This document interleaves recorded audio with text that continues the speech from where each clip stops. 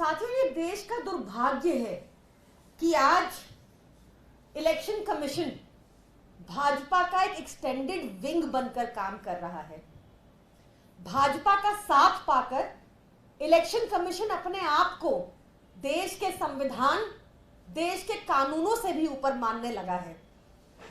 हमारा कानून ये परमिशन देता है कि अगर एक आतंकवादी भी हो तो उसको सुनवाई का मौका मिलेगा, पर इलेक्शन कमीशन ने यह भी जरूरी नहीं समझा और सीधा एक्स को बोलकर हमारी एक ट्विटर पोस्ट को हटवा दिया। एक्स ने भी, जो कंपनी एक्स है, उन्होंने भी हमें चिट्ठी लिखकर बहुत दुख जाहिर किया कि हमें सुनवाई का मौका नहीं दिया जा रहा और हमारी पोस्ट को हटाया जा रहा है। ऐसा क्या था उस पोस्ट में? ये है वो पोस्ट। क्या झूठ है इस पोस्ट में? सच है इस पोस्ट में। इसमें लिखा है कि इलेक्टोरल बॉन्ड एक स्कैम था। इसमें लिखा है कि इस स्कैम के जरिए 60 करोड़ रुपए शरद रेड्डी ने भाजपा को दिए। वो शरद रेड्डी जिसको भाजपा साउथ लिकर लॉबी का किंगपिन बता रही थी, उससे 60 करोड़ लिया, जिसके बाद वो एक सरकारी गवाह बना, अरविंद केजरीवाल जी के खिलाफ बयान दिया। वो शरद रेड्डी जिसके 60 करोड़ भाजपा को देने का प्रमाण साफ साफ इलेक्टोरल बॉन्ड्स में है। वो शरद रेड्डी जिसकी बेल के टाइम ईडी चुप रही। ये एक सच है। ये सच हटाने को हमें बोला गया।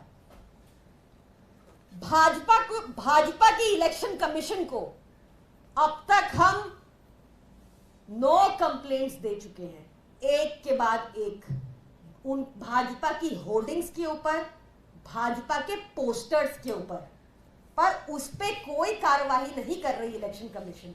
आपको मैं उदाहरण के तौर पर सिर्फ 3 पोस्ट दिखा रही हूं, ऐसे अनेकों प्रमाण हैं।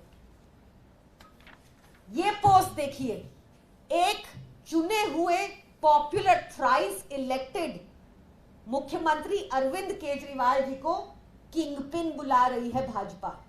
यहां तो दोष साबित भी नहीं हुआ, इसकी कंप्लेंट भी की, पर ये भाजपा के इलेक्शन कमीशन को दिख नहीं रहा, आंखें बंद हो गई हैं उनकी। दूसरी पोस्ट देखिए, शराब घोटाला के बारे में फिर से अरविंद केजरीवाल जी के ऊपर तोहमत लगाते हुए, जो कोई प्रमाण नहीं मिला। प्रमाण तो भाजपा के अकाउंट में मिला है 60 करोड़ का, जो हमारी पोस्ट हटवा दी। ये पोस्ट वैसी की वैसी है बीजेपी दिल्ली पेज पे। इस पर इलेक्शन कमीशन की आंखें बंद है।